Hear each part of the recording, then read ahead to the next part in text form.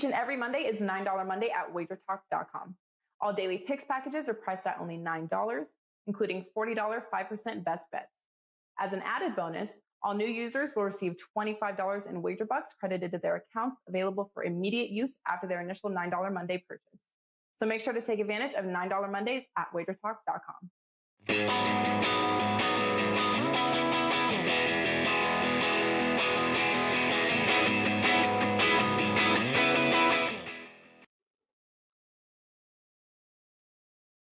Happy July 5th, Independence Day observed here in the U.S. I'm your host, Steve Merrill, in for Lawrence Presman, the Canadian who is celebrating July 4th, while Teddy and myself, the two Americans, work here.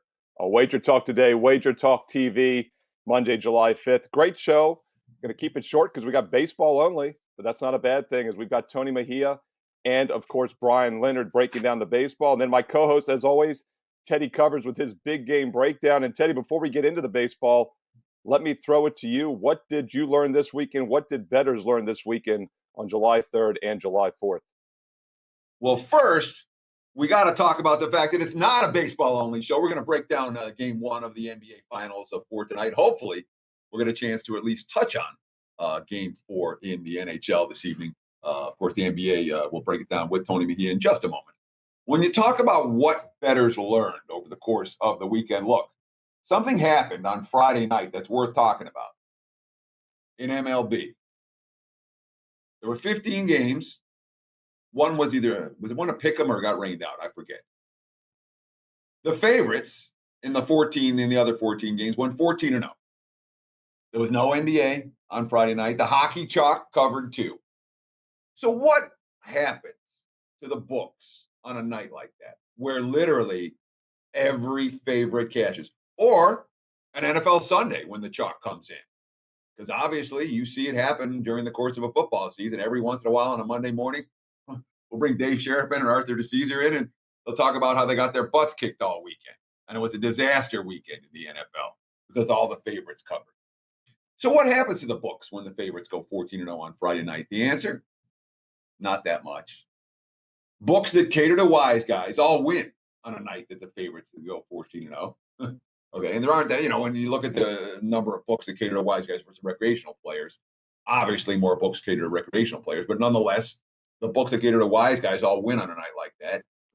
And the books that cater to recreational bettors, the majority of books that you guys are betting at out there, yeah, they might get their butts kicked for a day, but now their clients are flush.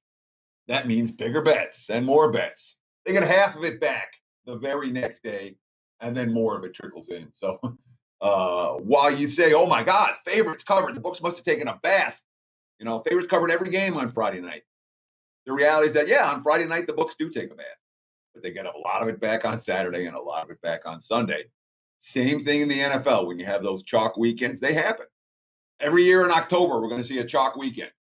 All right. But the books, yeah, they take a punch, but it's not a beating because they get it all back in relatively short fashion. What about you, Mr. Merrill? What did you learn this past weekend? Well, I learned that I wish that Yankee-Mets game had been played on Friday. That was the game that was rained out, and that was actually the game I had was the New York Yankees. And, of course, got the same pitching matchup Saturday afternoon, and the Yankees get smoked. So maybe I would have won that game had it been played on Friday with all the other favorites. So might have seen 14-1. At least on that pitching matchup, we would have seen a 14-1 night to the favorites had it not been rained out. Yeah, Teddy, my big takeaway on that is the one thing that hurts the books, obviously, when a lot of favorites hit, especially if it's baseball, maybe less action, but you get all those money line parlays, and the public is almost always money line parlaying favorites to each other. And, of course, where the books can get hurt when a lot of favorites hit with parlays is that it's an exponential loss. It's a 3-1, 8-1 loss on single wagers, but they get that back. And like you said, baseball, not the most bet sport compared to the NFL. A bloody Sunday would obviously be where you have a ton of favorites hitting, especially the Sunday night game, the Monday night game, all those parlayed together. Teddy, let me get your thoughts on this real quick, though. Baseball is up overall scoring-wise over the past month. I haven't talked to you much about that. One thing that did not happen was I had an over in the Colorado game Saturday, scoreless like halfway through. So apparently Coors Field didn't get the memo and scoring up. But what are your thoughts real quickly on baseball? I mean, the spin rates are down. Obviously, summer months scoring is up, but we've seen some real bullpen collapses here in recent weeks. Well, we got to talk about the hot dog eating contest because that's all anyone wants, Oh, I covered that, baseball man. theory, sure. But when we talk about the chalk all coming through, Joey Chestnut? That's the guy's name. Joey Chestnut, 60s, world record set yesterday. Minus 5,000 for Joey, and the field is. I mean, there was a wide variance in what books are offering for the field. Simply because that depends on what their own personal house takeout actually is. But of course, all the public money is going to go on the big plus price in the field at plus 900 or plus 1,100 or plus 1,500. And Chestnut at minus 5,000 or minus 2,500 or what it was. I mean, it wasn't close, Steve. And one of the other lessons that you always want to talk about, one of the biggest differences between recreational players and pro players. Recreational bettors are always trying to bet a little to win a lot. Hit those parlays. The pro players are very comfortable betting a lot to win a little when it's a situation where it's not a lock, but it's as close as you get in this business. Chestnut's as close as it gets to be a lock. The wise guys didn't bet them, but the recreational bettors that went the other way, well, no joy in the hot dog contest yesterday. So when it comes to MLB, I mean, you talked about the spin rate going down. Look, did you see Ralph Michaels' tweet yesterday? Of course, you got to be following Ralph on Twitter at CalSportsLV on Twitter. Talking about how Garrett Cole is the single least profitable starter to support in all of MLB. And then you look at his numbers since the spin rate change, and they're pretty ugly. You're finding stuff like that in baseball right now. The better bettors are taking advantage. Yeah, and by the way, Teddy, a friend Gabe Moranci, you and I who do a Sports Grid Sirius XM channel 204 with Gabe over the years, and we do it every week on Thursday and Friday nights at midnight Eastern. Gabe and I have handicapped the hot dog contest for over 15 years now. And I actually did not get to talk to him this Friday because I think he was at Game 3 of the Stanley Cup. But I followed it closely now for 15 plus years. And, Kobayashi used to be that big favorite. And the one year the underdog hit is when nobody knew about Chestnut about 15 years ago. It was 05, 06, I believe.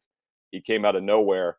But they have a circuit now. These guys have qualifiers. They do other competitions. So it's a little more known now. And all you had to do was look at the over-unders. Chestnut's over-under was 73.5, which was world record pace. He had 76 yesterday. The second highest over-under was in the mid-40s, 44 to 48. So that told you all you needed to know. I mean, it wasn't even close. So you're really betting on basically does Chestnut show up sick? That's what the 1 to 50 odds were, in my opinion. And keep in mind also that you have, a 2-hour window there and you get your money back. So yeah, you're laying 1 to 50, but they're not holding your money very long. It's a pretty quick return on investment in the hot dog eating world. Next up, the Cauliflower Steak Championship in a couple of weeks, I believe, and then the Buffalo Wild Wings competition. Now, I'm not sure. Hey, let's bring in a guy that does know some competitive eating. Thunderbird, T-Bird was his stage name back in the day. And that's Tony Mejia from WagerTalk.com. Tony covers all the major sports, soccer, basketball, baseball. Not sure if he covers competitive eating. We will find out. But we're going to do a little basketball. I did misspeak at the beginning. I forgot we're going to cover Game 1 with you, Tony. But let's start first. Let's tease that. Let's get to some baseball first with you. Let's look at the game you want to look at here today. We got Bryan Leonard coming on as well for some more baseball. But, Tony, let's start off with the first game you want to knock out here, White Sox and Twins tonight on Monday. The Chicago White Sox, one of the preseason favorites coming in the AL Central. They've held steady, a little bit of a slump a couple weeks ago. Twins, though, biggest money burner in baseball for the majority of the season. They have started to turn things around in recent weeks. What are your thoughts on this one? Any value with the Twins surging here? Well, we have the same pitching matchup as we had when these teams squared off in Chicago last week. It's Dylan Cease against Bailey Ober. Ober's a 6'8" rookie. He gave up 3 home runs. Brian Goodwin took him deep. The rookie Andrew Vaughn, Jose Abreu. So these guys are going to be comfortable as they take the field at Target Field. 12 of the last 14 Chicago games have actually gone over the posted total, including 8 straight.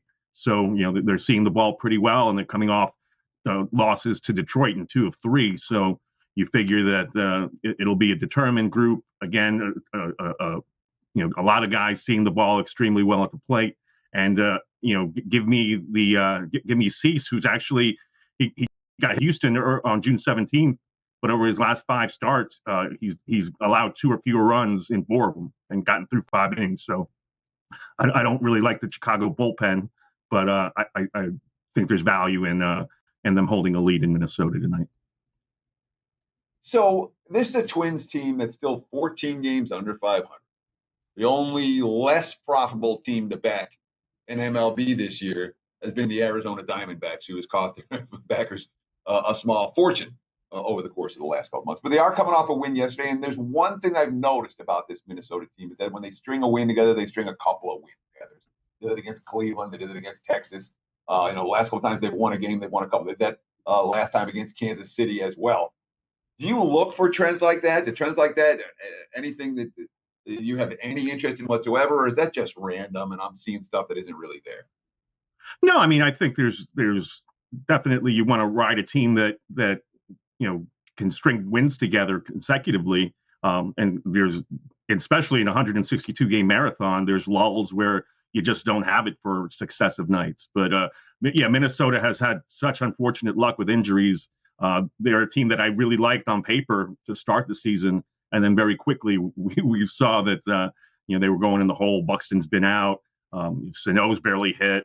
So it's I still say, even though Chicago's dealing with injuries as well, they're the hotter team right now, and they're basically minus 110 as a road favorite tonight. So you little juice, and you get value with I think with a Cease over Ober as the pitching matchup, and a team that's hitting the ball much better in visiting Chicago. And once again, that game's at 7:10 Eastern, as you said, tonight on Monday. White Sox $1.15 road favorite at Minnesota. 10 to the over is the total there. Hey, Tony, another game tonight at 7 Eastern. This is an interesting one for me because there's been two teams, as I've done shows over the last couple months. I even did one with Cover It with Teddy Covers on Sirius XM channel 204 on Saturdays, 8 a.m.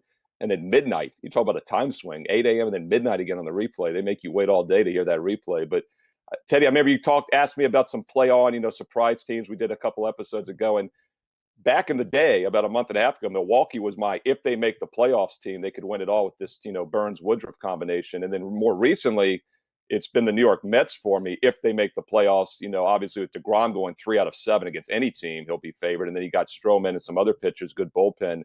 But they face each other tonight. Brewers at Mets, Tony. Milwaukee, $1.30 road favorite with Woodruff on the mound. The Mets do not have one of their studs. They've got McGill. 7.5 is the total. But Woodruff, when I did my spin rate video back on June 6th here on WagerTalk TV, I mentioned 4 guys, and Woodruff was one of them. Teddy referenced Garrett Cole earlier, how he's really struggled. But Woodruff has pretty much continued to pitch well. What are your thoughts on this one, Milwaukee at New York tonight, Mets Brewers? Yeah, I mean, Woodruff has been amazingly consistent. 2 or fewer runs in 14 of his last 15 starts. So, there's really not much more to say other than that. You can pretty much take it to the bank that he'll get you 7, and then they'll get you to one of the better bullpens in baseball. So I really like the spot for Milwaukee. They're coming off a 2-0 loss to Pittsburgh that ended their 11-game winning streak.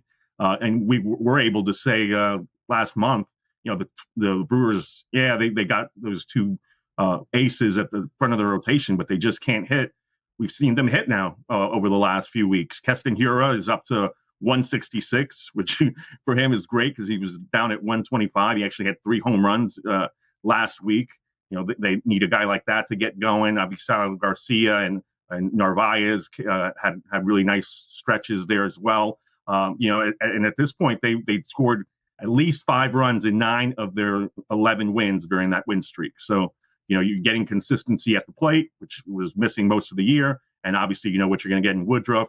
Tyler McGill, the rookie making his 3rd start. Only the Braves have seen him. So this will be, the first time somebody other than Atlanta gets to hit him. There's obviously tape out on him now. I think Milwaukee gets it done. And the price is good because at this point, it opened, I think, way up there. And then I guess because the Mets are at home, but coming off the Subway Series, though, I don't like the spot for them. I think there's value in Milwaukee.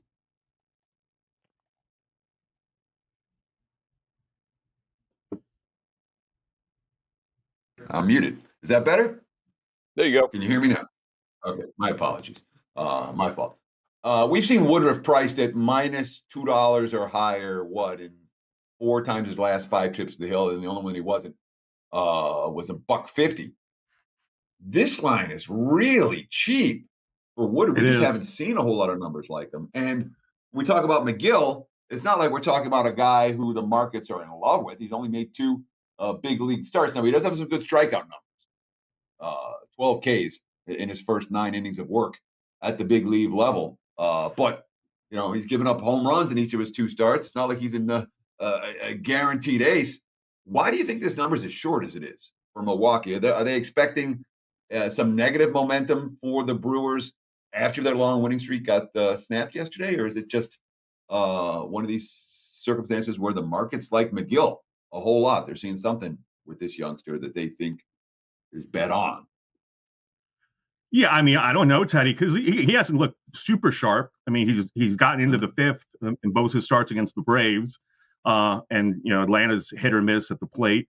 And then you've got a guy in Woodruff who, like I said, you can consistently rely on to get you 7 innings of 2-run ball. So maybe it's a spot where the Mets are back home. They've been in the Bronx, obviously, but their first home game since June 27th. Brewers on the road. But you're spot on in terms of questioning it. It is when I looked at the line, I said, I would think it would be $1.50, not $1.30. And once again, Milwaukee currently $1.30 road favorite, you said, but the total is up to 7.5. We saw some 7s, now 7.5 across the board. And real quick on my futures play there, the Mets are currently 9-1 at our friends at FanDuel. That's tied for 4th overall with the Padres. Yet you can still get the Brewers at 15-1 to win the World Series. They were 22-1 a few weeks ago. I kind of backed off because I wanted to see what Woodruff would do with the new check and the spin rate stuff, but he's pitching well. Brewers also have now a 7-game lead, I believe, in the NL Central, 7 games ahead of Cincinnati. So I still like Milwaukee 15-1 as a World Series flyer. If they make the postseason, they're going to be tough with Burns and Woodruff, and now that they're hitting the ball, like Tony said. Hey, Tony, let's transition over to the NBA. Speaking of future odds, we now have it set for the NBA Finals. Right now, the Phoenix Suns pretty much 6-point favorite across the board right now in Game 1. This, of course, will be Thursday night, the NBA Finals on ABC, and we're seeing 217 as the total. Really not too much movement on this one. Not a surprise. We're still several days out. Obviously, Giannis's injury is going to be big news throughout this series. So what are your thoughts on this one? Well, my initial thought is that the Giannis injury is baked into the line. So I would think that the markets do not expect him to play Game 1. I would think that if Giannis is playing, this line's closer to 3. Even with Phoenix at home. And the total to me spot on. And these are 2 of the best defensive teams in the entire league. So it'll be interesting to see the ebbs and flows of this one. Obviously, they played 2 regular season games. One went to overtime and one didn't, but the scores were very similar, like 125, 124, 128, 127. Phoenix won both. In this postseason, Milwaukee's allowed 105 points per 100 possessions.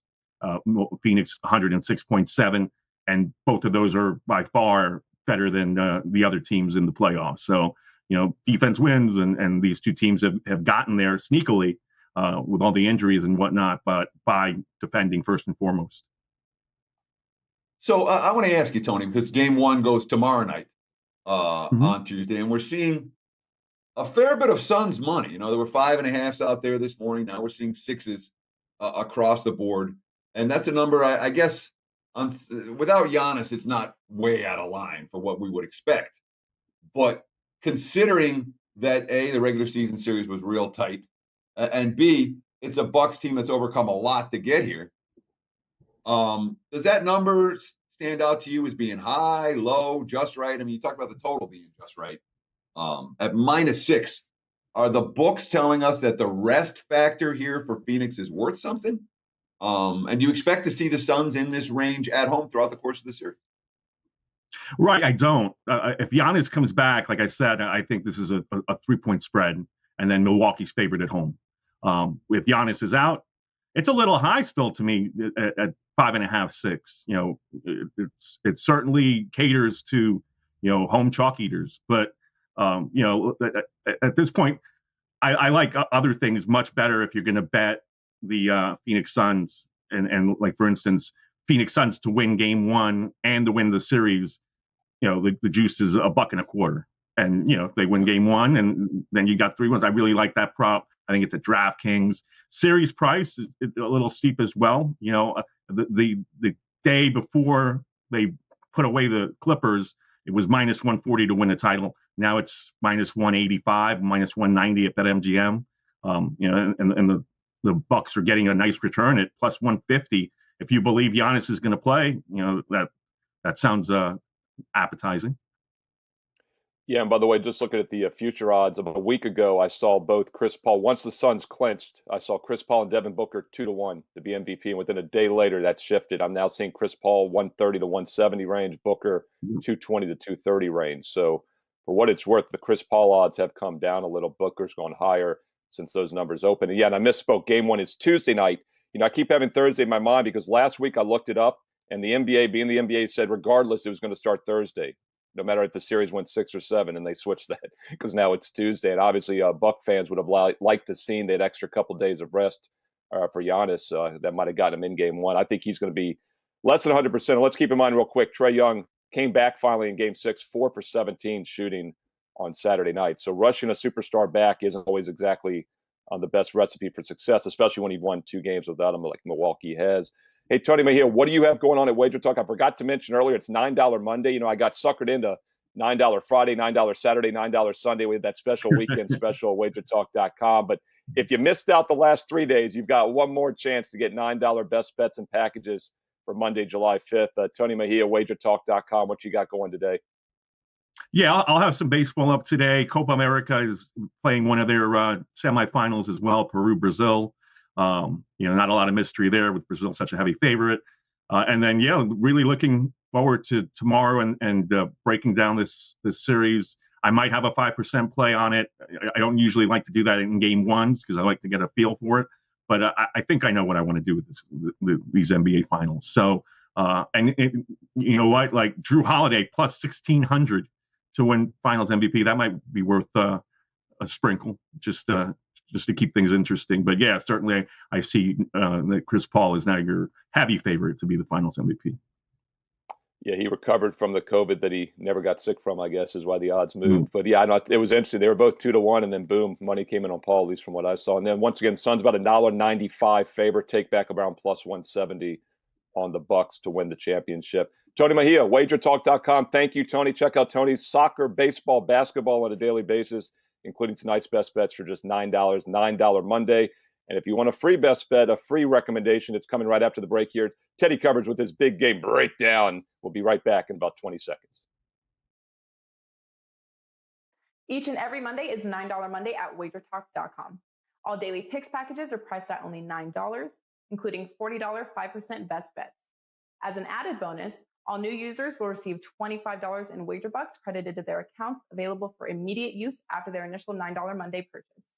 So make sure to take advantage of $9 Mondays at WagerTalk.com.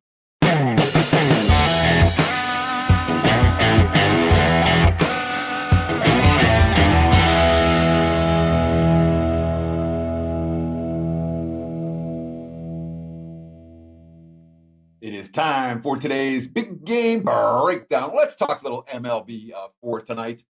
I've been using the Reds as a free play over and over again, and it's working. So let's keep talking about the Cincinnati.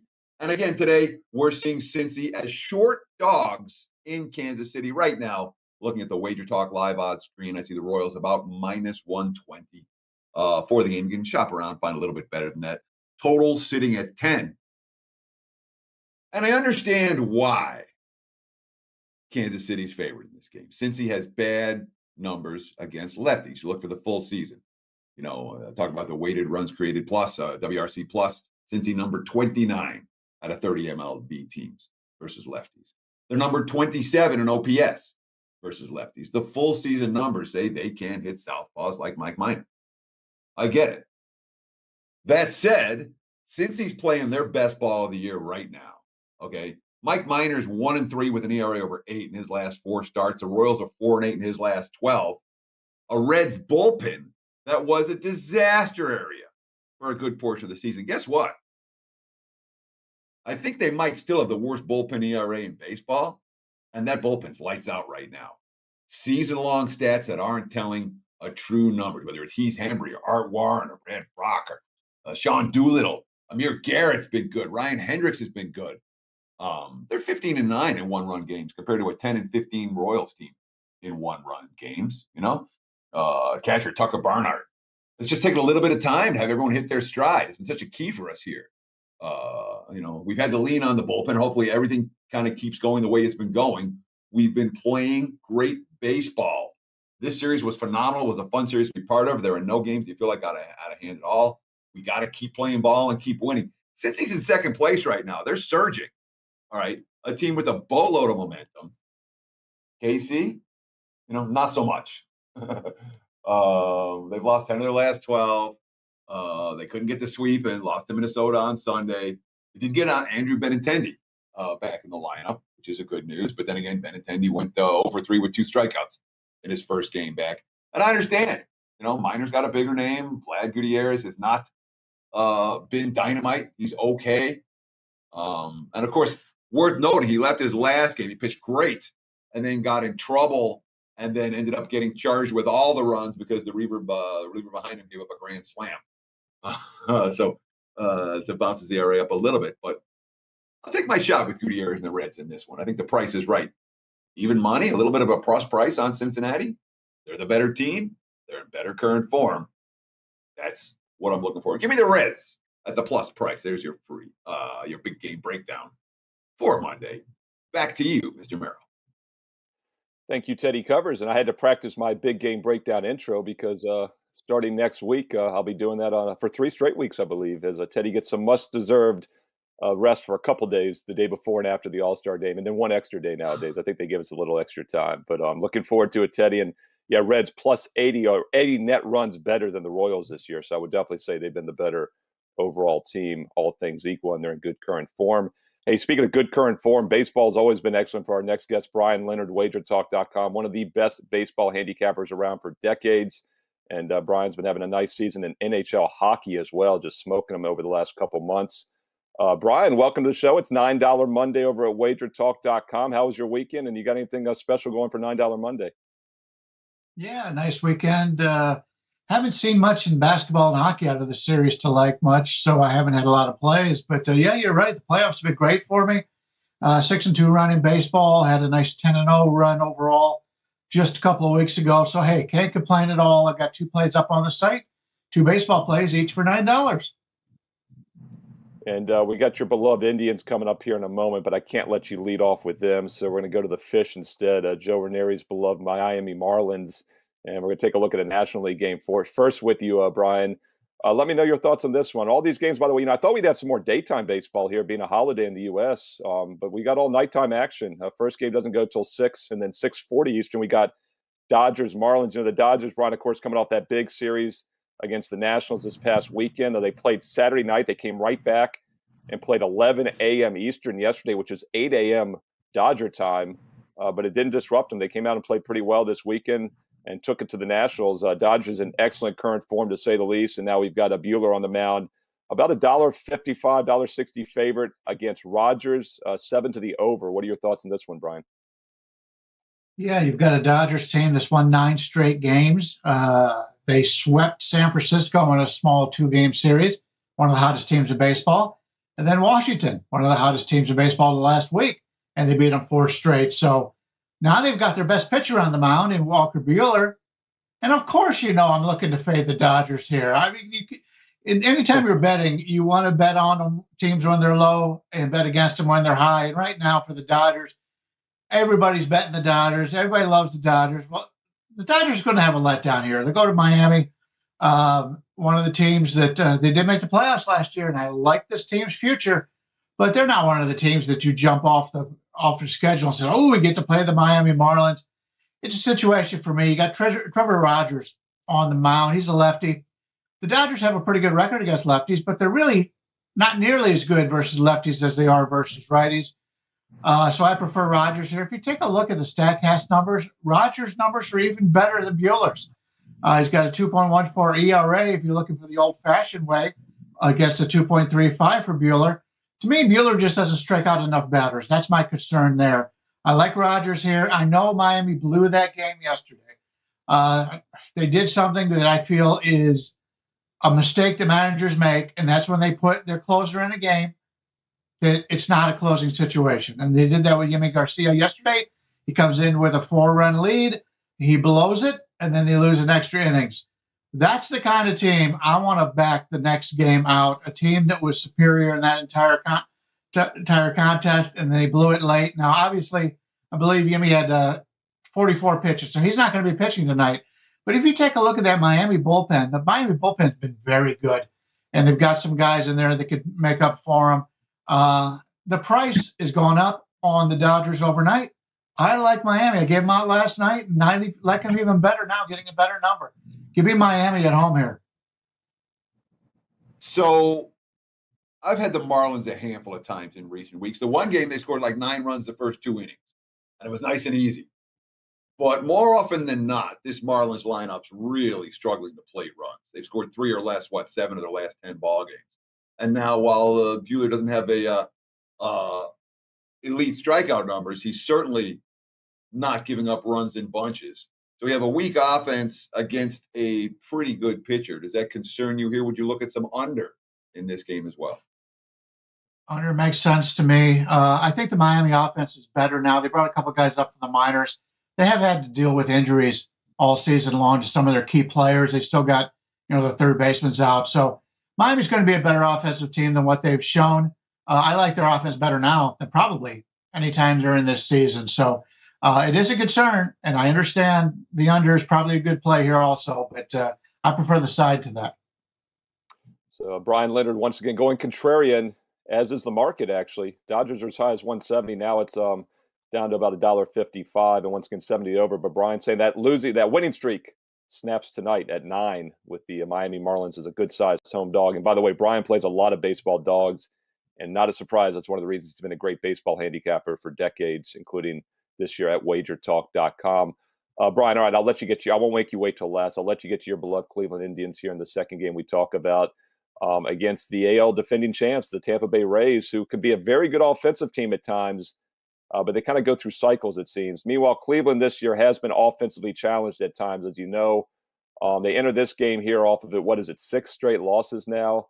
They played a good offensive team in Houston. Now, you and I talked about this earlier this week on MLB First Pitch on Friday last week, and we talked about how both Houston and Cleveland came in cold. Well, one of those teams got back on track, and that was the Houston Astros, although their offense still wasn't great. It was low-scoring games, and that's just the MO for Cleveland. What's your take on this one, Indians at Rays? That game tonight, 7 Eastern. We're seeing right now Tampa almost a $2 favorite at home, 8.5 to the over. Yeah, Houston was good for me and my clients in that series against Cleveland, and they're just such a superior team, and the pitching matchups really worked well. Cleveland's been a team that's played over its heads all season long. Now they're starting to come down to where they should be. I would have thought they would have been a 500 ball club coming into the season, and they're trending that way. Interesting matchup here as you have a couple lefties going, and neither team really hits lefties very well. But yet, I like the over in this game. It was at 9 last night. Now it's down to 8.5, and it makes a lot of sense if you look from an offensive standpoint. But from a pitching standpoint, Rich Hill was terrific earlier this season, and he's been very good in his history when he's healthy. But it's interesting since they've had all this sticky situation in Major League Baseball. Rich Hill has not looked good since this situation. Everybody's talking about Cole and what he's been doing. Rich Hill has not been good. He got very lucky the other day. I watched that entire game, and he got hit pretty hard, and he could have been a lot worse. You take a look at his advanced stats. The only thing that's better than league average is his hard hit percent, which is 37, but he's weak in all the key numbers, the slugging, the batting average, the WOBA. He's a guy that's pitching over his head right now and is starting to fade. I expect we can make some money going against Rich Hill the rest of the season until he can figure this out without using the sicky stuff. For the Indians, they're trying, once again, Logan Allen. They brought him over from San Diego, and they thought they were going to be able to change him. You know how Cleveland's done so well with these young pitchers. He looked really good in spring training, and boy, they're thinking, Logan Allen, he's going to be a solid guy in our rotation. Every time they put him out there, he gets bombed. He's just a guy that just is not very good. His strikeout percentage is about 17%. His walk percentage, 10%. You're not going to win when you're walking 10% of your batters and you can't strike them out in that same area. All of his numbers are poor on the season. I look for the offenses to light them up. I really like this game now that it's 8.5 instead of 9. Sure, they don't hit lefties very well, but everybody hits Logan Allen. And let's take this game over the total. We like the over. So when I play overs, the top two things I'm looking for is a hot hitting lineup and a bullpen that's getting worn down. In this situation, when you look at Cleveland, I mean, this team hasn't scored more than 3 runs in any of their last 5 games. Tampa just played in high scoring to Buffalo over the weekend with the ball, with the wind blowing out. They only got 9 runs in 3 games over the weekend there. Are you worried about these two lineups, even though the starting pitching matchup here certainly speaks to a potential over situation? Yeah, like I said, I am worried about the lineups a little bit. Franmil Reyes is back. He came back over the weekend. That's a huge bat in this Cleveland lineup. In fact, they've got 2 or 3 guys that are really good hitters at this point, but for the most part, they're a weak hitting team. But yeah, it is a concern, as I mentioned. But I like the situation. I like going against these 2 pitchers. I don't think either team wants to go to the bullpen early. As you mentioned Tampa Bay. When you're playing in a big hitter's park, you tend to burn out your relievers. They're concerned about that. So I think they're going to go as far as they can here with the pitchers they've got going in the starting roles in this series. So I think it'll be a lot of starters, less of the bullpens. But Cleveland, unfortunately, I don't think Allen's going to last very long in this one. So I've seen him pitch all season long. He just doesn't have it. He shouldn't be in. The Indians are so hurting for pitchers. They've got, 1, 2 legitimate starters in their rotation right now. Cleveland's a fade team right now. And by the way, I did that video about the spin rate stuff on Sunday, June 6th. It's still on WagerTalk TV. Since then, the 4 starts, Rich Hill, as you mentioned, has given up 13 earned runs in less than 21 innings. I wish, Brian, I'd mentioned him as one of my guys to watch instead of Woodruff, who we talked about earlier, has actually continued to pitch well. So I'm with you on Hill. He is a guy that there's been some rumblings about, and he is obviously struggling after the announcement came out back in early June with the Sports Illustrated article. So Bryan Leonard likes the over in the Cleveland-Tampa game. Here, last game we're going to touch on. Teddy already said who he likes in this one, Royals-Reds. Teddy likes the Reds for his big game breakdown. Cincinnati off of 4 straight wins entering this game. Kansas City had the 9 straight losses. They beat 15-1. Then they come out and win back-to-back games with 13 runs. Then they lose. What do you think, Brian? Do you agree with the Reds here? Or do you think that was the turning point for the KC Royals in this one? Yeah, I think Teddy made the right points in his analysis. I really liked it. Mike Minor's a guy that he gives you a lot of innings, and that's really what a young team like Kansas City needs. They've got a few guys in their rotation that probably shouldn't be in the majors. Minor's one of these guys that can be good. He's shown good, but really you know what you're going to get out of him. League average pitcher at best. Gutierrez, not that impressed with Gutierrez. You take a look at StatCast numbers. All his key numbers are below average. The only thing that's good is his hard hit percentage. But he's got the better bats behind him. Cincinnati's playing really good ball. The Royals got off to that great start to the season. And I do like this Royals team. I think it's a younger team that could make some noise in the future. But they got off to that great start, and they've done lousy ever since. So it's been a team that you look to fade right now, and they're a favorite in this game. I don't buy it. Give me the Reds. I agree with Teddy. So, Brian, I know you didn't put it on the list, but I wanted to ask you because you're the only one on the show that can talk about it. I can't talk about tonight's hockey game. Prez isn't around. So I wanted to ask you, had any thoughts? I was surprised. The Habs, the quotes, I was reading some Canadians' quotes, and they sounded like they were very interested in sending this series back to Tampa Bay, which you don't often see from teams down 3-0. They're like, well, maybe we can get there. Yet they're still big dogs tonight. What are they, by 135 plus 140? Total sitting at 5. Real quick, you have any thoughts on Game 4, Lightning Habs this evening? Yeah, I had a 5% play on Montreal in the last game. Coming down 2-0, being at home, that's always been a nice spot for basketball, hockey. It's just one of those things that you take a look at. And they were completely outplayed in that game. I thought it was a situation where they should come out and this is the game they're going to take. Now they're down 0-3. They're playing tonight at home in front of 3,500 fans again. And if they win, they got to go to Tampa, the best team in hockey the last 2 years. They could quote whatever they want. I mean, yeah, I know you're big on the quotes. And what are they going to say? They're going to say, "Nah, we're done." I think they're done. I'm not going to lay the 150 or whatever it is on Tampa here, but I don't want any part of Montreal. Last game was the do or die game, and they died, and they looked bad doing it. I don't want Montreal here. I hate to pick on them for going all the way to the championship and getting swept, but they've done a hell of a job in these playoffs, and they surprised the hell out of me. So anything can happen. But I think this is it for them. I think the season ends today for everybody. Yeah, and by the way, I mean, Tampa's won all 3 games by 2 goals or more. So you can get them at -1.5, plus 170 on the puck line. So that might be the safest investment if you think they finish it out. But I guess the one argument to say is Tampa could clinch it at home, but I don't think they think that way. They probably want to get it done. As you guys know, when I went to games 3 and 4 in 1998, my beloved Capitals, to watch them get swept at home by the Red Wings, these 0-3 series, and whether it's the NBA, as you said, Teddy, or NHL, they usually end in 4-0 sweeps for numerous reasons. So we'll see how that turns out tonight. That game once again tonight on Monday, Game 4 Stanley Cup, 8 o'clock Eastern.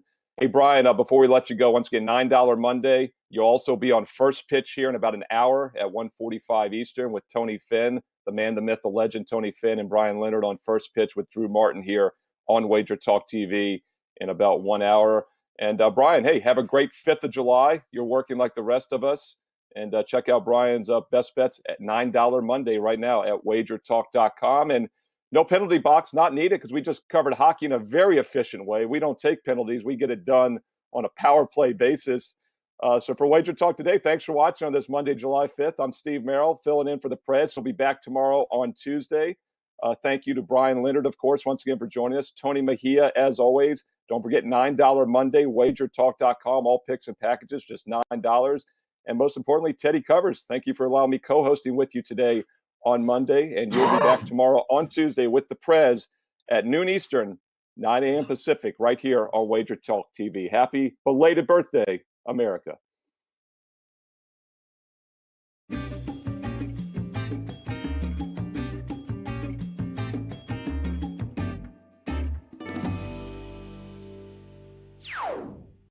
Each and every Monday is $9 Monday at WagerTalk.com. All daily picks packages are priced at only $9, including $40 5% best bets. As an added bonus, all new users will receive $25 in wager bucks credited to their accounts, available for immediate use after their initial $9 Monday purchase. So make sure to take advantage of $9 Mondays at WagerTalk.com.